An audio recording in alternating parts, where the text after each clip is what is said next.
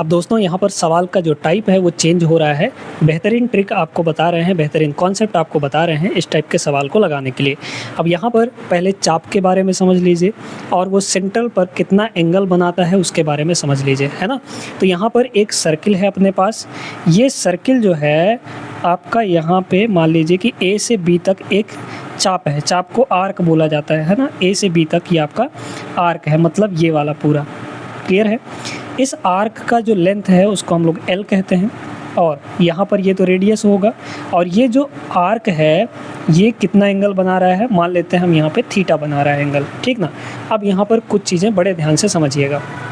पहला फार्मूला तो आपको ये याद रखना है कि भाई जो थीटा होता है यानी कि जो सेंट्रल एंगल होता है, केंद्रीय कोण, ये होता है चाप की लंबाई बटे रेडियस, है ना। Length of arc divide by radius.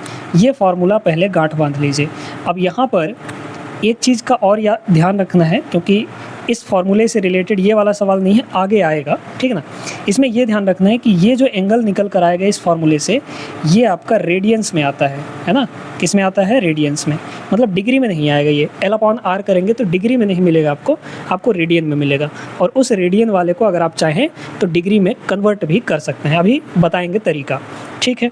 फिलहाल बात यहाँ पर ये करते हैं कि अगर आपको चाप की लंबाई निकालनी है और सेंट्रल एंगल आपको दिया गया है डिग्री में, तो कैसे निकालेंगे? तो यहाँ पर आपको एक फार्मूला याद रखना है। यहाँ पर ये जो चाप की लंबाई है AB, इस चाप की लंबाई AB का जो फार्मूला होगा ये चाप का आपका सिंबल है ना। तो ये जो फार्मूला होता है ये होता है 360 θ/360, है ना। और मल्टीप्लाई यहाँ पर 2πr, ये आपका फार्मूला हो जाता है चाप की लंबाई का। क्लियर हो गई बात? तो इसी फार्मूले पे रख के आप निकाल लीजिए। देखिए कितना होगा। थीटा की वैल्यू कितनी है? 45 डिग्री। तो यहाँ पे आपका 45 डिग्री डिवाइड बाई 360, है ना। मल्टीप्लाई यहाँ पे 2 और पाई की वैल्यू 22/7 और इंटू यहाँ पर रेडियस कितना दिया गया है? 8 यूनिट दिया गया है, ठीक है। अब काटा पीटी करके आंसर निकाल लीजिए। 45 से 8 बार में ये कट जाएगा, है ना। 45 अट्ठे, क्योंकि 45 चौके होता है 180 का डबल 360, 8 बार में कट गया। ये आपका 8 से 8 कटेगा, 44/7 यहाँ पर करेक्ट आंसर हो जाएगा। Option number B right answer है। उम्मीद करते हैं समझ गए होंगे। ये फार्मूला आपको नोट करके रख लेना है। चाप की लंबाई का फार्मूला θ/360 × 2πr के बराबर होता है। आगे चलिए नेक्स्ट पर। अब ये जो सवाल है ये बड़ा खतरनाक सा प्रश्न है ना। मतलब कि इसमें थोड़ा सा दिमाग लगाना पड़ेगा, ट्रिकी प्रश्न है। कैसे?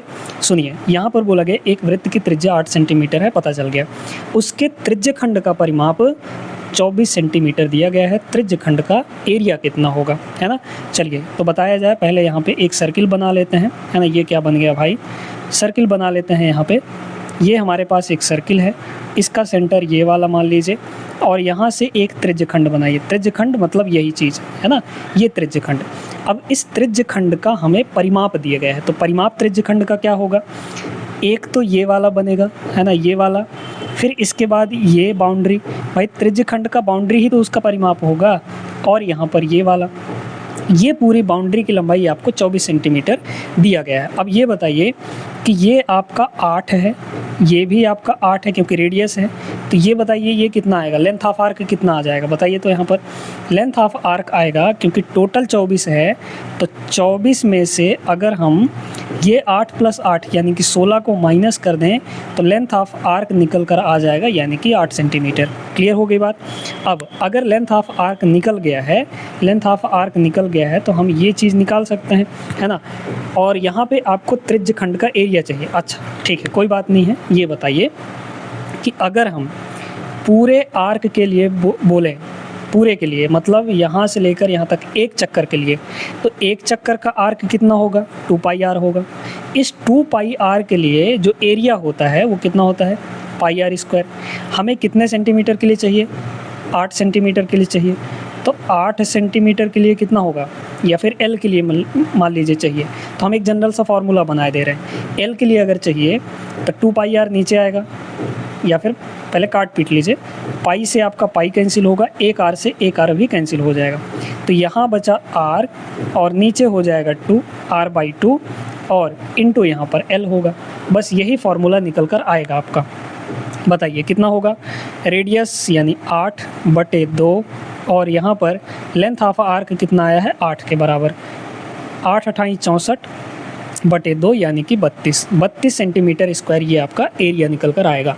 भाई समझिए, अगर पूरा सरकमफेरेंस लिया जाए तो एरिया कितना होगा पाई आर स्क्वायर। हम सिर्फ एल के लिए देख रहे हैं तो एल के लिए निकाल लीजिए pi R square divide by 2 pi R into L हो जाएगा। यही कहानी है। आपको यूनिटरी मेथड पता होगा कैसे लगाना है, ठीक है ना। तो 32 option number first will be the correct answer. बढ़िया प्रश्न था, उम्मीद करते हैं आप सभी लोग समझ गए होंगे। सवाल नंबर 12 ये रहा दोस्तों आपके सामने। इस टाइप का सवाल हम आपको करवा चुके हैं, इसलिए इस क्वेश्चन का आंसर आप लोग लगा के कमेंट करिएगा, ठीक है। इस सवाल को आप लोग सॉल्व करिएगा और इसका जो आंसर है वो आपको कमेंट बॉक्स में देना है। क्लियर हो गई बात। पढ़ रहे हैं तो एक आध क्वेश्चन आप लोग भी प्रैक्टिस करिए, ठीक है। आगे चलिए हम लोग चलते हैं, क्वेश्चन नंबर 13 देखते हैं। देखिए दोस्तों, यहाँ पर हमने आपको एक फार्मूला बताया था कि जो केंद्रीय कोण होता है यानी कि सेंट्रल एंगल थीटा, वो होता है चाप बटे लंबाई। 2 सेकंड में देखते ही ये सवाल बन जाना चाहिए आपको, अगर वो फार्मूला याद है तो। फार्मूला फिर से लिखे दे रहे हैं। जो आपका सेंट्रल एंगल होता है यानी कि थीटा, ये होता है चाप की लंबाई डिवाइड बाई रेडियस, है ना। आपको चाप की लंबाई 10 सेंटीमीटर दिया है, आपको रेडियस दिया है 5 सेंटीमीटर, तो आपको सेंट्रल एंगल पूछा गया है, वो भी रेडियंस में पूछा गया है। तो सीधे सीधे 10 और बटे यहाँ पर 5 हो जाएगा। 10/5 यानी 2 रेडियंस। ये आपका रेडियंस में निकल कर आएगा, मतलब ऑप्शन नंबर सी होगा। अब आप लोग के दिमाग में सवाल उठ रहा होगा कि सर रेडियंस और डिग्री में आपस में कैसे कन्वर्ट करते हैं, ठीक है। तो यहाँ पर आपको बताए दे रहे हैं, अगर आपको दोस्तों यहाँ पे अगर आपको रेडियन से, है ना, रेडियन से डिग्री में जाना है, रेडियन से डिग्री में जाना है तो किसका मल्टीप्लाई करेंगे यहाँ पे 180 divide by pi. 180 divide by pi का यहाँ पे मल्टीप्लाई कर लीजिएगा, आपका डिग्री में कन्वर्ट हो जाएगा वो, है ना।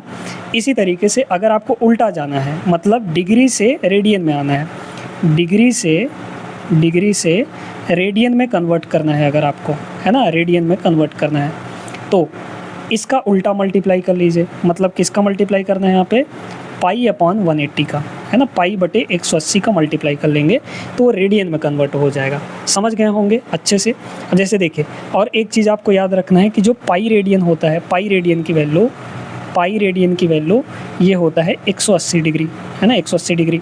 ये भी आपको याद रखना है। एक सिंपल सा रिजल्ट है यहाँ पर, pi radian equal to 180 degree होता है। क्लियर हो गई बात। सारी चीज़ें आपको बता दिए हैं। आगे चलिए नेक्स्ट पर। देखिए दोस्तों, फार्मूला बेस्ड क्वेश्चन ही पूछे जाएंगे इस चैप्टर से, है ना। ये भी फार्मूला बेस्ड क्वेश्चन ही है। 14 सेंटीमीटर त्रिज्या वाले एक वृत्त के त्रिज्यखंड का क्षेत्रफल 154 वर्ग सेंटीमीटर है। त्रिज्यखंड का कोण ज्ञात कीजिए। त्रिज्यखंड का कोण हमें यहाँ पर निकालना है, ठीक है। त्रिज्यखंड, अब इसका सीधा सीधा एक फार्मूला होता है।